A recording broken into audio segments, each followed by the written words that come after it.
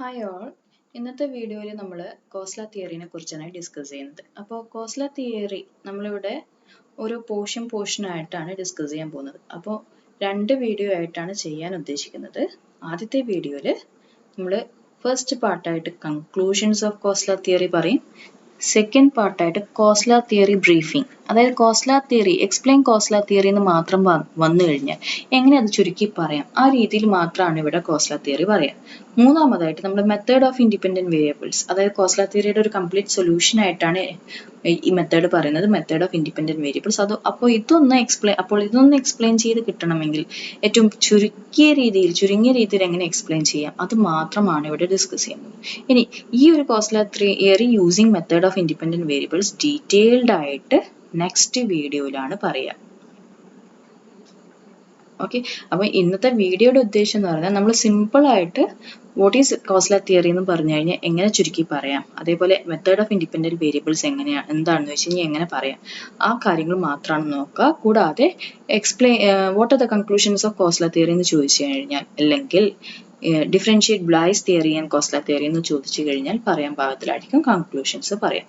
Next വീഡിയോയിൽ എന്താ ചെയ്യുന്നത് വെച്ച് കഴിഞ്ഞാൽ ഈ method of independent variables using for specific case, ഓരോ സ്പെസിഫിക് കേസിൽ വന്നു കഴിഞ്ഞാൽ എങ്ങനെ ചെയ്യാം, എങ്ങനെയാണ് അത് സോൾവ് ചെയ്യുന്നത്, how can we use the Khosla curves എന്ന രീതിയിൽ 4 സിറ്റുവേഷൻസ് നമ്മൾ ഡിസ്കസ് ചെയ്യും. 4 സിറ്റുവേഷൻസ് ഇൻഡിപെൻഡന്റ് സിറ്റുവേഷൻസ് ആയിട്ട് തന്നെ എടുക്കുന്നത് കൊണ്ട് നമ്മളിതൊരു ഇൻ ടോട്ടൽ എടുക്കുമ്പോഴേക്കും കറക്ഷൻസ് ചെയ്ത് കൊടുക്കണം. കാരണം നമ്മൾ ഈ ഓരോന്നും സ്പെഷ്യൽ കേസസ് ആയിട്ട് എടുക്കുന്നത്. അപ്പോൾ കമ്പൈൻ ചെയ്തെടുക്കുമ്പോൾ certain corrections has to be provided. So what are those corrections, എങ്ങനെയാണ് ആ കറക്ഷൻസ് ചെയ്യുന്നത് അതും നോക്കും. ഇനി ഇതിനെ ബേസ് ചെയ്തിട്ട് എങ്ങനെയാണ് ഒരു ന്യൂമറിക്കൽ പ്രോബ്ലം ചെയ്യുന്നത്, ഇത്രയും കാര്യങ്ങളാണ് നെക്സ്റ്റ് വീഡിയോയിൽ ചെയ്യുക. അപ്പോൾ ഇന്നത്തെ വീഡിയോയിൽ നമ്മൾ കൺക്ലൂഷൻസും തിയറി എക്സ്പ്ലനേഷനും മെത്തേഡ് ഓഫ് ഇൻഡിപെൻഡന്റ് വേരിയബിൾസ് എന്താണെന്നും പറയും. First let us see what is conclusions. അപ്പോൾ ഈ കോസ്ല തിയറി പറയുന്നതിന് മുമ്പ് നമുക്ക് ഏറ്റവും ആദ്യം അറിയാം ബ്ലൈസ് തിയറി എന്താണെന്ന് അല്ലേ. So Bligh's theory mainly what they focus to avoid piping, undermining and uplift pressure, how to design a weir, അത് നമ്മൾ കണ്ടതാണ്. അപ്പോൾ ഈ ഒരു ബ്ലൈസ് തിയറി വെച്ച് ഡിസൈൻ ചെയ്തപ്പോഴും still there are certain weirs which failed. അപ്പൊ അത്തരത്തിലുള്ള ഫെയിലിയർ എന്തുകൊണ്ട് വന്നു, എങ്ങനെയായിരിക്കും, what are the reasons behind it എന്നൊക്കെ കാര്യങ്ങളൊക്കെ കണ്ടുപിടിക്കാൻ വേണ്ടി കോസ്ല എന്ത് ചെയ്തു എന്ന് വെച്ച് കഴിഞ്ഞാൽ he made his studies on upper Chenab canal. This canal is in Punjab, taking water from the Chenab river. Okay, അപ്പോൾ ഈ ഒരു കനാലിൽ ഭയങ്കര ഡീറ്റെയിൽഡ് ആയിട്ടുള്ള സ്റ്റഡി നടത്തി he has come to certain conclusions. ഈ കൺക്ലൂഷൻസ് പറയുന്നതിന് മുന്നേ ആ കൺക്ലൂഷൻസ് ഒക്കെ എത്താൻ കാരണം there are certain drawbacks of Bliss theory. ആ ബ്ലൈസ് തിയറിയുടെ ഡ്രോബാക്സ് വെച്ചിട്ടാണ് ഇത്തരം കൺക്ലൂഷൻസിലേക്ക് കോസ്ല എത്തിയിരിക്കുന്നത്. So first let us see what are the drawbacks or limitations of Blaise theory, അതൊന്ന് കണ്ടു നോക്കാം, എന്നിട്ട് കൺക്ലൂഷൻസിലേക്ക് വരാം. So as per Blaise theory, if you take up a wire, okay, the piping or the undermining takes place beneath this flow, okay, right beneath the flow. അപ്പോൾ ഈ ഒരു ഫ്ലോറിലേക്കൂടെ നമ്മുടെ piping നടക്കുമ്പോഴും he doesn't say much difference between vertical flow, horizontal flow, down flow, up flow, അത്തരത്തിലുള്ള യാതൊരു difference ഇദ്ദേഹം എടുത്ത് പറഞ്ഞിട്ടില്ല. അപ്പോൾ അതൊരു മേജർ ഡ്രോബാക്ക് ആയിട്ടാണ് കോസ്ല കാണുന്നത്. The Bliss has not made no distinction between horizontal and vertical creep. എല്ലാം ഒരുപോലെ തന്നെയാണ് കൺസിഡർ ചെയ്തത്. For example, if you take A pile over here, നമ്മളിങ്ങനെ ഒരു പയൽ എടുത്തിട്ടുണ്ടെങ്കിൽ D1 എന്ന് എടുത്തിട്ടുണ്ടെങ്കിൽ ലെങ്ത് L എന്ന് എടുത്തിട്ടുണ്ടെങ്കിൽ what is the creep length എന്ന് പറയുമ്പോൾ നമ്മൾ എന്താ ചെയ്യുന്നത്, 2D1 + L. അത്തരത്തിൽ ഡയറക്റ്റ് കാൽക്കുലേഷൻ ആണ് നമ്മളിവിടെ ചെയ്യുന്നത്. So that is a major drawback.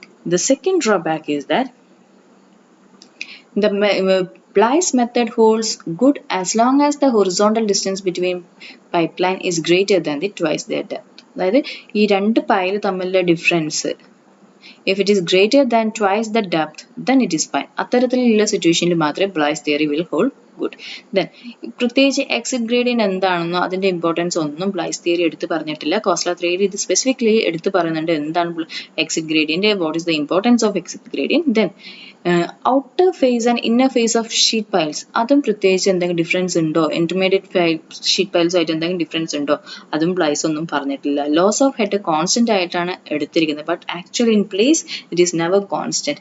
അപ്പോൾ അതൊരു ഡ്രോബാക്ക് ആണ്. പിന്നെ ഡൗൺ സ്ട്രീം ഷീറ്റ് പൈൽസിന്റെ ഇമ്പോർട്ടൻസും Bly's theory എടുത്തു പറഞ്ഞിട്ടില്ല. So let us now see what are the conclusions made of by Kosler theory by Kosler based on his observations. Okay. Kosler 4 main points ആണ് conclusions ആയിട്ട് പറഞ്ഞിരിക്കുന്നത്. അപ്പോൾ ഈ 4 പോയിന്റ്സ് അതേപോലെ അങ്ങ് ഓർത്ത് വെക്കുക. ഏറ്റവും ആദ്യം അദ്ദേഹം പറഞ്ഞിരിക്കുന്നത് the outer face of N sheet pile, നമ്മുടെ ഒരു വെയർ കൺസ്ട്രക്ട് ചെയ്ത് കഴിഞ്ഞാൽ അതിൻ്റെ അപ്സ്ട്രീം ഡയറക്ഷനിലും ഡൗൺ സ്ട്രീം ഡയറക്ഷനിലും നമ്മൾ N ഷീറ്റ് പൈൽസ് കൊടുത്തിട്ടുണ്ടെങ്കിൽ ഈ N ഷീറ്റ് പൈൽസിന്റെ outer face are more effective than inner ones. Okay. And horizontal ലെങ്തിനെക്കാട്ടിയും ഇന്നർ വണ്ണിനെക്കാട്ടി ഏറ്റവും കൂടുതൽ എഫക്റ്റീവ് ഏതാണ്? Outer face. Then suppose if you place an intermediate pile of at here, ഈ intermediate pile ചെറിയൊരു ലെങ്തിലുള്ള compared to this one ചെറിയ length ആണെങ്കിൽ it doesn't have much effect on the uplift pressure of piping. ഇതെന്താ ചെയ്യുന്നത് വെച്ചാൽ just it will redistribute the entire uplift pressure. അപ്പോൾ ഇവിടെ വലിയൊരു മാറ്റമൊന്നും വരുത്തില്ല, പകരം ഉള്ളിലുള്ള അതിൻ്റെ ആ സീപ്പേജ് ഫ്ലോ അതൊന്ന് റീഡയറക്റ്റ് ചെയ്ത് ഡിഫറെൻറ്റ് ഡയറക്ഷനിലേക്ക് ഒന്ന് റീഡിസ്ട്രിബ്യൂട്ട് ചെയ്യുന്നല്ലാതെ വലിയ രീതിയിലുള്ള മാറ്റങ്ങളിലേക്കൊന്നും വരില്ല.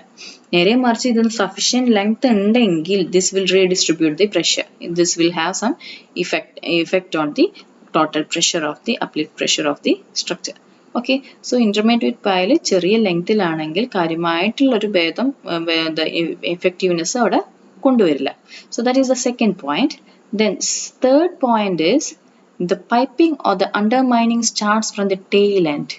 ബ്ലൈസിൽ ഇത് സ്പെസിഫിക്കലി എടുത്തു പറഞ്ഞിട്ടൊന്നുമില്ല. ദ പൈപ്പിംഗ് സ്റ്റാർട്ട്സ് എന്നല്ലാതെ അത് അടിവശത്തു നിന്നാണ് ആക്ച്വലി തുടങ്ങുന്നത് അല്ലെങ്കിൽ ഡൗൺ സ്ട്രീം സൈഡിൽ നിന്നാണ് തുടങ്ങുന്നത് എടുത്തു പറഞ്ഞിട്ടൊന്നുമില്ല. ആൻഡ് എല്ലാം ഒരുപോലെ നല്ലൊരു കൺസിഡറേഷനിലാണ് അവിടെ വരുന്നത്. So here specifically it says undermining starts from the tail end. So due to this there is a necessity for a deep vertical cut off. ഒരു N sheet pile എന്തായാലും എന്ത് ചെയ്യണം, നമ്മുടെ tail end കൊടുത്തേ മതിയാവും to prevent the undermining. So these are the 4 conclusions made by Kosler theory. ഇത് അതുപോലെ ഓർത്ത് വെച്ച് കഴിഞ്ഞാൽ ഒട്ടുമിക്ക ചോദ്യം, അതായത് differentiate Bly's theory and Kosler theory പറഞ്ഞു കഴിഞ്ഞാൽ നിങ്ങൾക്ക് ചെയ്യാൻ പറ്റും. What are the conclusions made by Kosler theory എന്ന് പറഞ്ഞു കഴിഞ്ഞാൽ നിങ്ങൾക്ക് ചെയ്യാൻ പറ്റും. ഇനി നമുക്ക് ഇതാണ് നമ്മുടെ first portion, what are the conclusions of Kosler theory. ഇനി സെക്കൻഡ് ഹെഡിങ് ആയ സബ് ഹെഡിങ് ആയ Kosler theory എന്താണെന്ന് നോക്കാം. Here in this picture you can see a wear. അപ്പോൾ ഈ wear ഇങ്ങനെയാണെങ്കിലും ബ്ലൈസിൽ നമ്മൾ കംപ്ലീറ്റ് സ്ട്രക്ചർ അപ്സ്ട്രീം സൈഡും ഡൗൺ സ്ട്രീം സൈഡും നമ്മൾ പറയാൻ എളുപ്പത്തിൽ അല്ലെങ്കിൽ ഇതൊരു സിംഗിൾ ഫ്ലോർ ആയിട്ടാണ് നമ്മളിത് എടുക്കുന്നത്. ഓക്കെ. എൻ്റെ സ്ട്രക്ചർ ഇസ് ലൈക്ക് ദിസ്. അപ്പോൾ ഇത് അപ്സ്ട്രീം പോർഷൻ ആണ്. ഇവിടുന്ന് വാട്ടർ ഈ ലെവൽ വരെ ഉണ്ടാവും.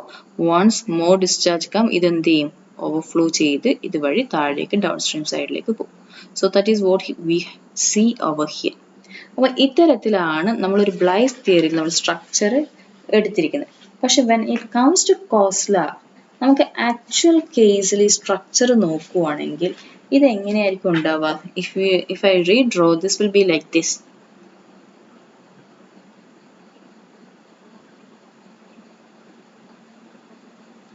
ഓക്കെ. ഈ ഒരു പോർഷനിൽ ഫുൾ വാട്ടർ നിറയും. വൺസ് ഇത് ഓവർഫ്ലോ ചെയ്യുമ്പോൾ എന്ത് ചെയ്യും, ഇത് ഓവർഫ്ലോ ചെയ്ത് ഇത് നേരെ താഴേക്കാണ് പോകുന്നത്. സോ എഗെയിൻ ഈ ഡൗൺ സ്ട്രീം ഫ്ലോർ എന്ന് പറയുന്നത് ഇങ്ങനെയാണ്. Okay. It is not a single profile, it is a composite profile. See ഈ രീതിയിലാണ് അതിൻ്റെ ആക്ച്വൽ കേസ് ഉണ്ടാവുക. അതുകൊണ്ട് നമുക്ക് ഇങ്ങനെ ഒരു സിംഗിൾ പ്രൊഫൈലായിട്ട് എടുക്കാൻ പറ്റില്ല. ഇതിന് എന്ത് ചെയ്യണം, ഇത് അതിൻ്റെ അപ്സ്ട്രീം സൈഡ് ഇങ്ങനെയും ഡൗൺ സ്ട്രീം സൈഡ് വീണ്ടും ഇവിടെ നിന്നാണ് തുടങ്ങുന്നത്. So what we have to do is first we have to transform this floor.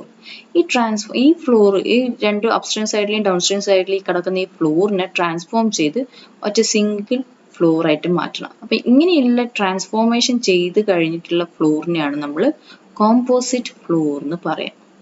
Okay, അപ്പോൾ ബ്ലൈസിൽ ഇങ്ങനെ ഒരു കോമ്പോസിറ്റ് ഫ്ലോർ ഒന്നും എടുക്കുന്നില്ല, സിംഗിൾ ഫ്ലോർ ആയിട്ട് എടുത്തിട്ടാണ് ബ്ലൈസ് തിയറിയിൽ പറയുന്നത്.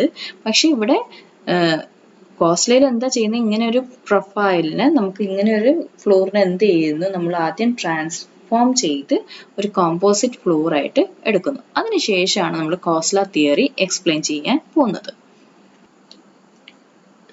അപ്പോൾ കോസ്ല തിയറി പ്രകാരം Khosla and his team provided a complete radial solution for the problem. Okay, uplift pressure calculate ചെയ്യാൻ വേണ്ടിയിട്ടും അണ്ടർമൈനിങ് അവോയ്ഡ് ചെയ്യാൻ വേണ്ടിയിട്ടും ഒക്കെ വേണ്ടിയിട്ട് ഒരു കംപ്ലീറ്റ് സൊല്യൂഷൻ ചെയ്തു. അപ്പോൾ ഇവിടെ എന്താ ചെയ്യുന്നതെന്ന് വെച്ചാൽ they used potential flow theory and Schwarz-Christoffel transformation to explain the complete system. Okay, ഈ രണ്ട് തിയറി ഈ ട്രാൻസ്ഫോർമേഷൻ യൂസ് ചെയ്തിട്ടാണ് കംപ്ലീറ്റ് സിസ്റ്റം എക്സ്പ്ലെയിൻ ചെയ്തിരിക്കുന്നത്. So what they have done is, ഒന്ന് പൊട്ടൻഷ്യൽ ഫ്ലോ തിയറി ഉപയോഗിച്ചു, രണ്ടാമത്തത് ഷെവാർട്സ്-ക്രിസ്റ്റോഫൽ ട്രാൻസ്ഫോർമേഷൻ യൂസ് ചെയ്തു. അത് പ്രകാരം ഇവരെന്താ ചെയ്തിരിക്കുന്നത്, they have taken A small simple case of horizontal flow. ഒരു ചെറിയ കോമ്പോസിറ്റ് ഫ്ലോർ ആണ്, ചെറിയ തിക്നെസ്സിലുള്ള നെഗ്ലിജിബിൾ തിക്നെസ് ഉള്ള ഒരു ഏറ്റവും ചെറിയൊരു വേറെടുത്ത് ഒരു ഹൊറിസോണ്ടൽ ഫ്ലോ അസ്യൂം ചെയ്തു. ഓക്കെ, സോ ഇത്തരത്തിൽ എടുത്തിരിക്കുന്നതിൽ നമ്മൾ ബ്ലൈസ് തിയറി പ്രകാരം എങ്ങനെയാണ് ഫ്ലോ നടക്കുക, ഫ്ലോ ഇങ്ങനെയാണ് നടക്കുക അല്ലേ. പക്ഷേ ഇദ്ദേഹത്തിന്റെ തിയറി പ്രകാരം ഒരിക്കലും ഫ്ലോ ഇങ്ങനെ ബിനീത്ത് ദി സ്ട്രക്ചർ നടക്കില്ല എന്നാണ്. So they will always follow A path of series of streamlines. As per Kosla theory, the flow will always follow a path of series of streamlines. നമുക്കറിയാം എപ്പോഴും the flow of water, it will have always a tendency to follow the streamlines. ആ stream പാത്തിലേക്ക് പോകാനുള്ള ഒരു tendency ഉണ്ടാവും. അപ്പോൾ അത്തരത്തിലുള്ള ഒരു കണ്ടുപിടുത്തം കോസ്ല നടത്തി. They have used ആദ്യം നമ്മുടെ ഫ്ലോറിന് കോമ്പോസിറ്റ് ഫ്ലോർ ട്രാൻസ്ഫോർമേഷൻ ചെയ്തു. അത് ആ കോമ്പോസിറ്റ് ഫ്ലോറിലേക്ക് തന്നെ പൊട്ടൻഷ്യൽ ഫ്ലോ തിയറിയും ഷെവാർട്സ്-ക്രിസ്റ്റോഫൽ ട്രാൻസ്ഫോർമേഷൻ തിയറിയും യൂസ് ചെയ്തു. അപ്പോൾ അത് പ്രകാരം ഒരു സിമ്പിൾ ഫ്ലോ എടുക്കുകയാണ് വിത്ത് നെഗ്ലിജിബിൾ തിക്നെസ് വളരെ കുറവാണെന്നുള്ള അസംഷനിലാണ് ഈ തിയറി കംപ്ലീറ്റ്ലി പറയുന്നത്. So at the end we will do correction for the thickness. അപ്പോൾ അങ്ങനെയുള്ള ഒരു കേസിൽ flow will always follow the path of stream lines. So that is mainly what the potential flow theory indicates. Potential flow theory എന്ന് വയ്ക്കുമ്പോഴേക്കും നമുക്ക് അവിടെ കാണാൻ പറ്റുന്നത് തന്നെ network of stream lines and equipotential lines ആണ് പൊട്ടൻഷ്യൽ ഫ്ലോ തിയറിയിൽ. അപ്പോൾ നമുക്ക് ഇവിടെ പാത്ത് ഏത് പാത്താണ് ഫോളോ ചെയ്യുക, സ്ട്രീം ലൈൻ്റെ പാത്താണ് ഫോളോ ചെയ്യുക. So the flow of seeping water takes place according to Laplace equation. If it follows potential flow theory, then it will obey Laplace theory. So what is Laplace equation? Laplace equation നിങ്ങൾക്ക് അറിയാം, dou square phi by dou x square plus dou square phi by dou y square will be equal to 0 if it is a 2-dimensional. 3-dimensional ആണ്, അതിനനുസരിച്ച് മാറ്റാം. അപ്പം ഇവിടെ നോക്കൂ, നമ്മുടെ ഒരു വയറാണ് ഇവിടെ കാണിച്ചിരിക്കുന്നത്. ഈ വയറിൻ്റെ അടിയിൽ വശത്തെ കൂടിയുള്ള വാട്ടർ പാത്ത് ലൈൻ എങ്ങനെയാണ് പോവുക, it will follow A stream line, path of streamline. So here the path line or the shape of the streamline is like this. So this is a parabolic straight line. Okay, and these are the equipotential lines. So അതുകൊണ്ടാണ് നമ്മളിവിടെ പറയുന്നത് Kosala theory ഏത് തിയറിനെ depend ചെയ്യുന്നു, potential flow തിയറിനെ depend ചെയ്യുന്നു. And the seepage flow will obey Laplace equation. Okay, അപ്പം ഈ കോസ്ല തിയറിയുടെ ഏറ്റവും important ആയിട്ടുള്ള ആദ്യത്തെ പോയിന്റ് നമുക്ക് മനസ്സിലായെന്ന് വിചാരിക്കുന്നു. പൊട്ടൻഷ്യൽ ഫ്ലോ തിയറി യൂസ് ചെയ്യും, ഷെവാർട്സ്-ക്രിസ്റ്റോഫൽ ട്രാൻസ്ഫോർമേഷൻ യൂസ് ചെയ്യും. സിമ്പിൾ കേസ് എടുത്തിട്ട് അവിടെ ഫ്ലോ പാത്ത് എങ്ങനെയാണെന്ന് പറഞ്ഞിരിക്കുന്നു, it follows A stream line. Okay, and it will obey Laplace equation. അപ്പോൾ ഇത് വേറെ ആഴത്തുള്ള ഫ്ലോ പാത്ത് മനസ്സിലായി എന്ന് വിചാരിക്കുന്നു. Okay,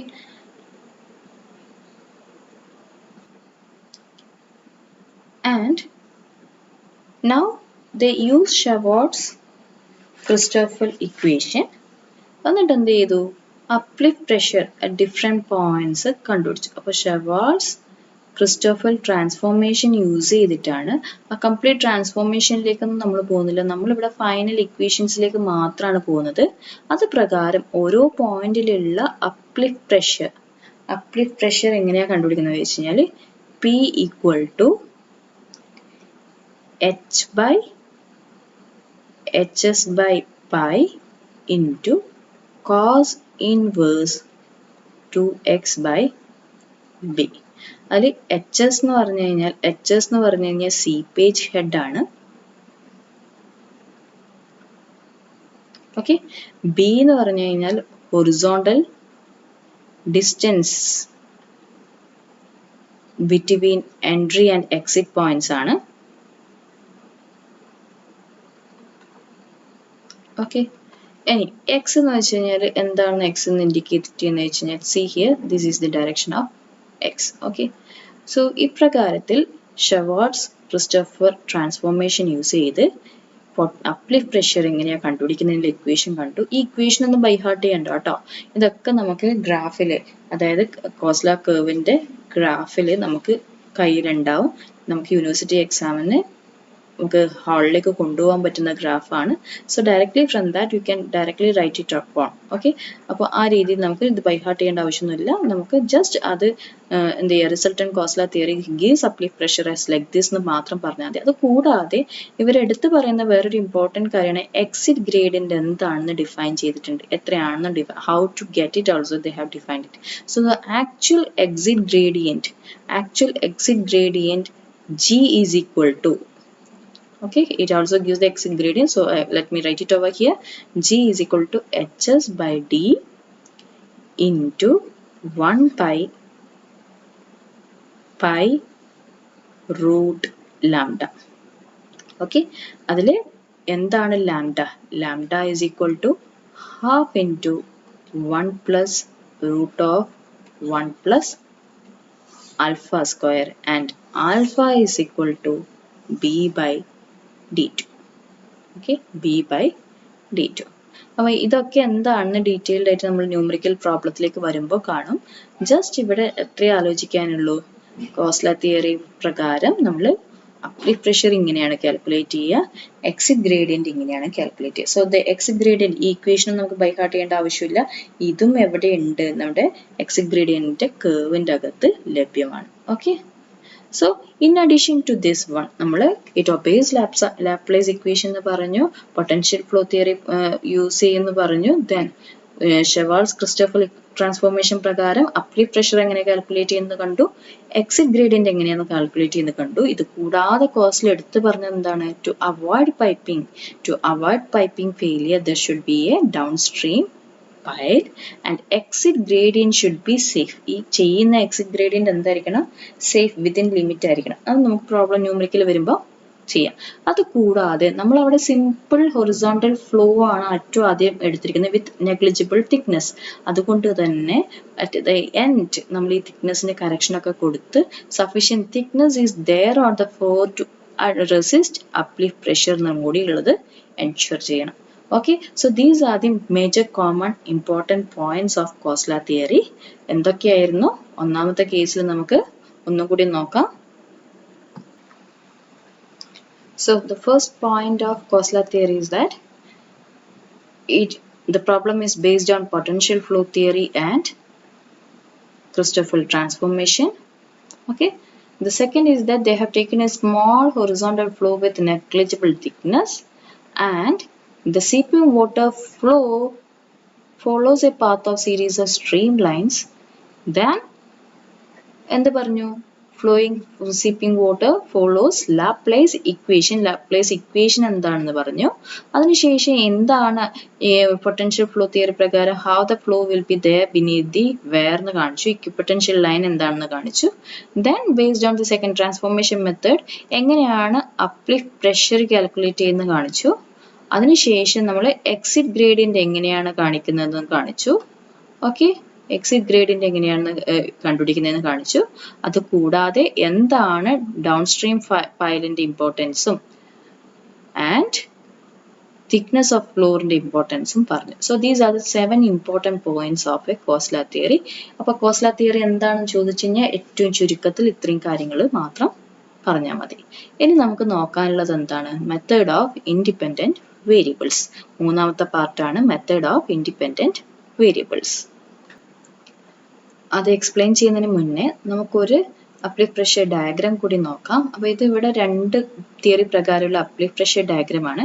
as per Blaise theory ഈ സ്ട്രെയിറ്റ് ലൈൻ ആണ് നമ്മുടെ അപ്ലിക് പ്രഷറിന്റെ along the wire ഉണ്ടാവും. So see here constant line ആയിട്ടാണ് കാണിച്ചിരിക്കുന്നത്. നേരെ മറിച്ച് കോസ്ല തിയറി യൂസ് ചെയ്ത് ചെയ്യുമ്പോൾ അത് ആദ്യം ഒരു ഡിപ്പിലേക്ക് പോയി പിന്നെ ഒരു അപ്പിലേക്ക് പോവുകയാണ്. So these portion acts as the excess pressure. ഈ എക്സസ് പ്രഷർ കവർ ചെയ്യാൻ വേണ്ടി, റെസിസ്റ്റ് ചെയ്യാൻ വേണ്ടി എത്രമാത്രം തിക്നെസ് നമ്മൾ ആ വയറിൽ കൊടുക്കേണ്ടി വരും. So this is where we have to mainly focus. ഈ ഒരു കാര്യം ബ്ലൈസ് തിയറിയിൽ ഫോക്കസ് ചെയ്യാത്തത് കൊണ്ടാണ് ചില സിറ്റുവേഷനിൽ എന്ത് സംഭവിച്ചേ, അവിടെ failure of weir has occurred. So this is a major difference between a Bligh's theory uplift pressure and Kosla theory. uplift pressure y axis ൽ കൊടുക്കുക, വെയറിന്റെ ലെങ്ത് x axis ൽ കൊടുക്കുക. സോ എന്നിട്ട് രണ്ടും ഒന്ന് പ്ലോട്ട് ചെയ്തെടുക്കുക. ബ്ലൈസ് തിയറിയിൽ ഇത് കോൺസ്റ്റന്റ് ആയിട്ടാണ് കാണിച്ചിരിക്കുന്നത്, കോസ്ല തിയറിയിൽ അങ്ങനെയല്ല. Okay, so there will be an excess pressure in the downstream section which has to be considered. Now let us see what is theory of independent variables. അല്ലെങ്കിൽ കോസ്ല തിയറി വെച്ചിട്ട് എങ്ങനെയാണ് അപ്ലിഫ്റ്റ് പ്രഷർ കണ്ടുപിടിക്കാമെന്ന് നോക്കാം. അതിന്റെ procedure മാത്രമാണ് പറയുന്നത്. Numerical problem അല്ലെങ്കിൽ next വീഡിയോയിലേക്ക് പോകുമ്പോഴാണ് ഡീറ്റെയിൽ സ്റ്റേജ് ബൈ സ്റ്റേജ് ഓരോ കേസസ് എടുത്തിട്ട് പറയാം. അപ്പൊ ഇവിടെ എങ്ങനെയാണ് ഈ അപ്ലിഫ്റ്റ് പ്രഷർ, എന്തിനാണ് ഈ അപ്ലിഫ്റ്റ് പ്രഷർ കണ്ടുപിടിക്കുന്നത്, and what is just very short brief മാത്രമേ ഇവിടെ പറയുന്നുള്ളൂ. ഓക്കെ, അപ്പോൾ ഇവിടെ നമ്മൾ എന്താ ചെയ്യുന്നത് വെച്ചാൽ, ഞാൻ നേരത്തെ പറഞ്ഞു, നമ്മൾ ബ്ലൈസ് തിയറിയിൽ വരുമ്പോഴേക്കും ഒരു സിമ്പിൾ എലമെന്ററി ഫോം ആയിട്ടാണ്, നമ്മളൊരു സിമ്പിൾ ഫ്ലോർ ആയിട്ടാണ് എടുക്കുന്നത്. പക്ഷെ ഒരിക്കലും അങ്ങനെ ഒരു സിമ്പിൾ ഫ്ലോർ ആയിരിക്കില്ല, പലപ്പോഴും കോമ്പോസിറ്റ് ടൈപ്പ് ഓഫ് ഫ്ലോർ ആയിരിക്കും. സി ഹിയർ, ഇതൊരു പല കോമ്പിനേഷൻസ് വരുന്ന ഒരു വെയറാണ്. അപ്പോൾ നമുക്ക് ഒരിക്കലും ഒരു സിമ്പിൾ ഫ്ലോർ ആയിട്ട് കിട്ടില്ല. അപ്പൊ നമ്മൾ എന്ത് ചെയ്യണം, ആദ്യം ആ ഫ്ലോറിന് നമ്മളൊന്ന് ട്രാൻസ്ഫോം ചെയ്തെടുത്ത് അത്തരത്തിലൊരു കോമ്പോസിറ്റ് ഫ്ലോറിലേക്ക് വേണം നമ്മുടെ ഈ കംപ്ലീറ്റ് തിയറി അപ്ലൈ ചെയ്യാൻ വേണ്ടി. So first we have to take the composite structure into consideration. അപ്പൊ അത്തരത്തിലുള്ള സ്ട്രക്ചറിന്റെ മുകളിൽ ഏറ്റവും എളുപ്പത്തിൽ നമുക്ക് എങ്ങനെയാണോ അപ്ലിഫ്റ്റ് പ്രഷർ കണ്ടുപിടിക്കാൻ പറ്റുന്നത്, അതാണ് തിയറി ഓഫ് ഇൻഡിപെൻഡന്റ് വേരിയബിൾസിൽ എക്സ്പ്ലെയിൻ ചെയ്യാൻ പോകുന്നത്. So using this theory of independent variables, we can find out easily what is the uplift pressure at each key points. Okay, so adinu vendite as per theory of independent variables, what we do over here is, the first step of independent variable is we have to split this composite profile into number of simple elementary profiles. അതായത് ഈ entire composite പ്രൊഫൈലിൽ നമ്മൾ എന്ത് ചെയ്യുന്നു, കുഞ്ഞു നമുക്ക് easy ആയിട്ട് solve ചെയ്യാൻ പറ്റുന്ന രീതിയിലുള്ള പ്രൊഫൈലായിട്ട് സ്പ്ലിറ്റ് ചെയ്തെടുക്കുക. ഓക്കെ, അപ്പോൾ അത്തരത്തിൽ സ്പ്ലിറ്റ് ചെയ്തതിന്റെ മുകളിലാണ് പിന്നീട് നമ്മൾ മാത്തമാറ്റിക്കൽ സൊല്യൂഷൻ ഡെവലപ്പ് ചെയ്യാൻ പോകുന്നത്. Okay, so according to this theory, the composite profile is split into simple elementary standard forms. Okay, ഇനി ഇങ്ങനെ നമ്മൾ സ്പ്ലിറ്റ് ചെയ്തെടുത്തു, ഓരോ പോർഷൻ നമ്മൾ സ്പ്ലിറ്റ് ചെയ്തെടുത്തു. ആ ഓരോ പോർഷൻ സ്പ്ലിറ്റ് ചെയ്തെടുത്തത് പിന്നീട് നമ്മൾ അത് ഈ ഒരു പോർഷൻ മാത്രം എടുത്ത് നമ്മൾ സ്റ്റഡി ചെയ്യുമ്പോൾ നമ്മൾ ഒരിക്കലും ഈ ഒരു പോർഷൻ ഇതിന്റെ കൂടെ ഉണ്ട് എന്ന് കൺസിഡർ ചെയ്യാതെ ഇത് മാത്രമേ ഉള്ളൂ എന്നുള്ള രീതിയിലാണ് നമ്മൾ കംപ്ലീറ്റ് സൊല്യൂഷൻ ക്രിയേറ്റ് ചെയ്യുക. Okay, so it is treated as independent of the other. അത്തരത്തിൽ നമ്മൾ ട്രീറ്റ് ചെയ്തിട്ട് ഇതിന്റെ കീ പോയിന്റ്സിലുള്ള പ്രഷർ നമ്മൾ കണ്ടുപിടിക്കും. ഈ കീ പോയിന്റ്സ് ഏതൊക്കെയാണെന്നുള്ളത് നെക്സ്റ്റ് വീഡിയോയിൽ നമ്മൾ കാണാം. അപ്പൊ ഏറ്റവും ആദ്യം എന്താ ചെയ്യുന്നത്, കോമ്പോസിറ്റ് പ്രൊഫൈലിനെ സ്പ്ലിറ്റ് ചെയ്ത് സിമ്പിൾ എലമെന്റ്സ് ആക്കി ഓരോ ഇൻഡിപെൻഡന്റ് സിമ്പിൾ എലമെന്റ്സ് എടുത്ത് ആ എലമെന്റ്സിലെ കീ പോയിന്റ്സിലുള്ള പ്രഷറാണ് using theory of independent variables കണ്ടുപിടിക്കുന്നത്. ഓക്കെ, അപ്പോൾ അത്തരത്തിൽ സിംഗിളായി കണ്ടുപിടിച്ച സൊല്യൂഷൻസ് അതെന്ത് ചെയ്യുന്നു, then they are superposed to obtain the pressure distribution for the entire structure. അതിനുശേഷമാണ് we will compile together to get the entire structure pressure. അപ്പോൾ അത്തരത്തിലാണ് ഇവിടെ കോമ്പോസിറ്റ് പ്രൊഫൈൽ ആദ്യം സ്പ്ലിറ്റ് ചെയ്യുന്നത്. പക്ഷേ നമ്മൾ അങ്ങനെ കമ്പയർ ചെയ്ത് ഒറ്റ സിംഗിൾ സ്ട്രക്ചറിലേക്ക് വരുമ്പോൾ നമ്മൾ ആദ്യം സിമ്പിൾ എലമെന്റ്സ് ആക്കി അപ്ലിഫ്റ്റ് പ്രഷർ കണ്ടു. പിന്നീട് വീണ്ടും കമ്പൈൽ ചെയ്തിട്ട് നമ്മൾ എൻ്റയർ സ്ട്രക്ചറിന്റെ അപ്ലിഫ്റ്റ് പ്രഷർ ഇതാണെന്ന് പറയുമ്പോൾ കുറേ പ്രശ്നങ്ങളുണ്ട്. അപ്പൊ അത്തരത്തിലുള്ള ചില പ്രശ്നങ്ങളാണ് നമ്മൾ എടുക്കുന്ന അസംഷൻസ്. നമ്മൾ എടുക്കുന്ന അസംഷനിൽ നമ്മൾ എപ്പോഴും പറയുന്നത് it is of negligible thickness എന്നാണ് പറയുന്നത്. നെഗ്ലിജിബിൾ തിക്നെസ് ആയിരിക്കില്ല ഒരിക്കലും വേറെ. അപ്പം അത് നമ്മൾ കറക്ഷൻ ചെയ്ത് കൊടുക്കേണ്ടി വരും. അവിടെ നെഗ്ലിജിബിൾ തിക്നെസ് എന്നുള്ള അസംഷൻ എടുത്തിട്ട് നമ്മൾ അപ്ലിഫ്റ്റ് പ്രഷർ കണ്ടുപിടിച്ചു. പക്ഷെ once we compare we have to consider this thickness also. Okay, ഇനി ഓരോ സമയത്തും നമ്മൾ ഓരോ ഇൻഡിവിജ്വൽ സെക്ഷൻ എടുക്കുമ്പോൾ, സപ്പോസ് അപ്സ്ട്രീം സൈഡിൽ എടുക്കുമ്പോൾ നമ്മൾ ഇവിടെ ഒരു സിംഗിൾ ഷീറ്റ് ഫയൽ മാത്രമേ ഉള്ളൂ എന്നുള്ള രീതിയിൽ ഈ ഒരു ഒറ്റ എലമെന്റ് ആയിരിക്കും എടുക്കുന്നത്. നേരെ മറിച്ച് ഡൗൺ സ്ട്രീം സൈഡ് മാത്രം നോക്കുമ്പോൾ ഡൗൺ സ്ട്രീം സൈഡിൽ ഷീറ്റ് ഫയൽസ് മാത്രം വെച്ചിട്ടായിരിക്കും എടുക്കുന്നത്. പക്ഷെ നമുക്കറിയാം മറ്റേ എലമെന്റിൽ ഷീറ്റ് ഫയൽസ് ഉണ്ട്. പക്ഷെ നമ്മൾ അറ്റ് എ ടൈം ഒരു ഷീറ്റ് ഫയൽ അല്ലെങ്കിൽ ഒരു പൊസിഷനിലുള്ള സാധനങ്ങൾ മാത്രം വെച്ചിട്ടാണ് നമ്മൾ ആ കംപ്ലീറ്റ് അപ്ലിഫ്റ്റ് പ്രഷർ കാൽക്കുലേറ്റ് ചെയ്തത്. അതും പറ്റില്ല. Now we have to correct the effect of the other pile. ഈ ഒരു പൈലിന് ഇവിടെ ഒരു പൈൽ ഉണ്ടെങ്കിൽ എന്താണ് എഫക്റ്റ്, അത് നമ്മൾ കൺസിഡർ ചെയ്യേണ്ടി വരും. So then floor is horizontal എന്നുള്ള രീതിയിലാണ് എടുത്തിരിക്കുന്നത്. നമുക്കറിയാം, നമ്മൾ നേരത്തെ ഇവിടെ കാണിച്ചിരിക്കുന്ന ഫിഗറിൽ അറിയാം നമ്മൾ ഒരിക്കലും അത് എല്ലാ പോർഷനും ഹൊറിസോണ്ടൽ അല്ല. അപ്പോൾ suppose if you split this portion as like this, ഇത്തരത്തിൽ നമ്മൾ സ്പ്ലിറ്റ് ചെയ്തിട്ടുണ്ടായിരുന്നെങ്കിൽ നമുക്കറിയാം ഇവിടെ ഈ ഒരു ഷീറ്റ് ഫയൽ ഉണ്ട്. പക്ഷെ ഈ ഒരു ഷീറ്റ് ഫയൽ നമ്മൾ ഈ ഒരു സാധനം കൺസിഡർ ചെയ്യുമ്പോൾ നമ്മൾ എടുത്തിട്ടില്ല. അതേപോലെ ഈ ഒരു പോർഷൻ കൺസിഡർ ചെയ്യുമ്പോൾ ഇവിടെ ഈ ഒരു ഷീറ്റ് ഫയൽ നമ്മൾ കൺസിഡർ ചെയ്യുന്നില്ല. അതേപോലെ ഇവിടെ നോക്കി ഇത് ഹൊറിസോണ്ടൽ അല്ല, പക്ഷെ നമ്മൾ കംപ്ലീറ്റ് അനാലിസിസിലേക്ക് വരുമ്പോൾ നമ്മൾ ഹൊറിസോണ്ടൽ ആയിട്ട് എടുക്കുന്നു. ഇതിനൊരു തിക്നെസ് ഉള്ളത് കൺസിഡർ ചെയ്യുന്നില്ല. അപ്പൊ അത്തരത്തിലുള്ള കാര്യങ്ങളൊക്കെ നമ്മൾ എന്ത് ചെയ്യണം, കമ്പൈൽ ചെയ്യുമ്പോഴും കൺസിഡർ ചെയ്യണം. അപ്പൊ കൺസിഡർ ചെയ്യുന്നത് എങ്ങനെയാണ്, we have to give corrections കൊടുത്ത് അപ്ലിഫ്റ്റ് പ്രഷർ കറക്റ്റ് ചെയ്തിട്ടുള്ള അപ്ലിഫ്റ്റ് പ്രഷറാണ് നമ്മൾ എടുക്കേണ്ടത്. So altogether, whenever we use method of independent variables, ആദ്യം എന്ത് ചെയ്യണം, we have to split the composite profile into elementary profile. Okay, elementary profile ആയിട്ട് ഏറ്റവും ആദ്യം നമ്മൾ അതിനെ സ്പ്ലിറ്റ് ചെയ്യുന്നു. അതിനുശേഷം നമ്മൾ അപ്ലിഫ്റ്റ് പ്രഷർ കണ്ടുപിടിച്ചതിന് ശേഷം എന്ത് ചെയ്യുന്നു, assemble the uplift pressure at key points.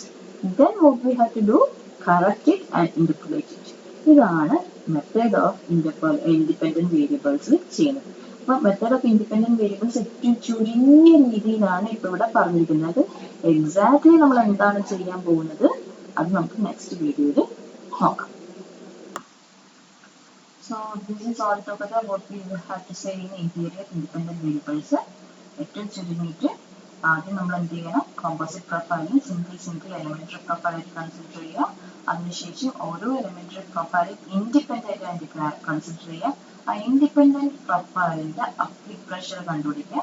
Uplift pressure കണ്ടുപിടിച്ചതിന് ശേഷം വീണ്ടും അസംബിൾ ചെയ്ത് എന്ത് ചെയ്യുക, കംപ്ലീറ്റ് സ്ട്രക്ചർ ആയിട്ട് കൺസിഡർ ചെയ്യുക. പക്ഷെ അങ്ങനെ കൺസിഡർ ചെയ്യുമ്പോൾ ഡ്രോബാക്സ് നമ്മൾ പറഞ്ഞു, ഫ്ലോർ തിക്നെസ് നമ്മൾ കൺസിഡർ ചെയ്തിട്ടില്ല, ഇൻഡിപെൻഡന്റ് ആയിട്ടാണ് കൺസിഡർ ചെയ്യുന്നത്. അതുകൊണ്ട് അതിന്റെ അസോസിയേറ്റഡ് അഡ്ജസന്റ് ഫയൽ നമ്മൾ കൺസിഡറേഷനിൽ എടുത്തിട്ടില്ല.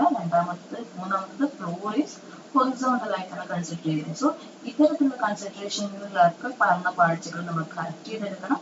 കറക്റ്റ് ചെയ്ത ശേഷമുള്ള അപ്ലിക്കേഷൻ നമ്മൾ ഫൈനൽ അപ്ലിക്കേഷൻ ആയിട്ട് എടുക്കാം. This is all together theory of independent variables. അപ്പൊ കൺക്ലൂഷൻസ് എന്താണെന്ന് മനസ്സിലായെന്ന് വിചാരിക്കുന്നു. What are the core conclusions of Koszler theory? Then Koszler theory എങ്ങനെയാണ് കണ്ടുപിടിക്കുന്നത്, പൊട്ടൻഷ്യൽ തിയറി എന്താണ്, ഷെവാർട്സ് ക്രിസ്റ്റബിൾ ട്രാൻസ്ഫോർമേഷൻ വെച്ചിട്ട് അപ്ലിഫ്റ്റ് പ്രഷർ എങ്ങനെയാണ് കണ്ടുപിടിക്കുന്നതെന്നും എക്സിറ്റ് ഗ്രേഡിയന്റ് എങ്ങനെയാണ് കണ്ടുപിടിക്കുന്നതെന്നും മനസ്സിലായെന്ന് വിചാരിക്കുന്നു. ദെൻ ഡീറ്റെയിൽ ആയിട്ട് നമ്മൾ അപ്ലിഫ്റ്റ് പ്രഷർ കണ്ടുപിടിക്കേണ്ട പ്രൊസീജിയറിലേക്ക് പോകുമ്പോൾ what is theory of independent variable എന്നുള്ള കാര്യം എങ്ങനെയാണ് ചെയ്യുന്നതെന്നും മനസ്സിലായെന്ന് വിചാരിക്കുന്നു. Elementary composite profile to elementary profile uplift pressure കണ്ടുപിടിക്കുക, then assemble it and correct it. Okay, so this is all together about Koszler theory. അപ്പോൾ ഈ പോർഷന് എങ്ങനെ ചോദിച്ചു കഴിഞ്ഞാലും നിങ്ങൾക്ക് Koszler theoryയുടെ കുറച്ച് കാര്യങ്ങളെങ്കിലും നിങ്ങൾക്ക് എന്ത് ചെയ്യാൻ പറ്റും, എക്സാമിന് പറയാൻ പറ്റും അല്ലെങ്കിൽ എഴുതാൻ പറ്റും എന്ന് വിചാരിക്കുന്നു. എന്തെങ്കിലും ഡൗട്ട് ഉണ്ടെങ്കിൽ അറിയിക്കുക. നെക്സ്റ്റ് വീഡിയോയിൽ ഇതിന്റെ ന്യൂമറിക്കൽ പ്രോബ്ലം എങ്ങനെയാണ് കർവ് യൂസ് ചെയ്ത് ഗ്രാഫ് യൂസ് ചെയ്ത് സോൾവ് ചെയ്യുന്നത് എന്ന് നോക്കാം.